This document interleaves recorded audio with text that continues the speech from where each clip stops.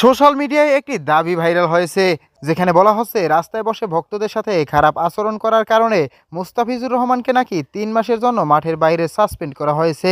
এই দাবিতে আরও বলা হচ্ছে বিসিবি সভাপতি তামিম ইকবাল নাকি এই সিদ্ধান্ত নিয়েছেন। এই খবর ছড়িয়ে পড়ার পর থেকেই ক্রিকেট ভক্তদের মধ্যে শুরু হয়েছে ব্যাপক আলোচনা ও বিভ্রান্তি। তবে এখন পর্যন্ত এই ঘটনার কোনো অফিসিয়াল ঘোষণা, নির্ভরযোগ্য সূত্র বা নিশ্চিত প্রমাণ পাওয়া যায়নি। অন্যদিকে একই বিষয়ে আরও দাবি করা হচ্ছে লাইভে এসে সাকিব আল হাসান নাকি এই ঘটনায় মন্তব্য করছেন, কিন্তু বাস্তবতা হলো এই বিষয়ে তার কোনো নিশ্চিত লাইভ বক্তব্য বা অফিসিয়াল প্রতিক্রিয়া এখনও পাওয়া যায়নি।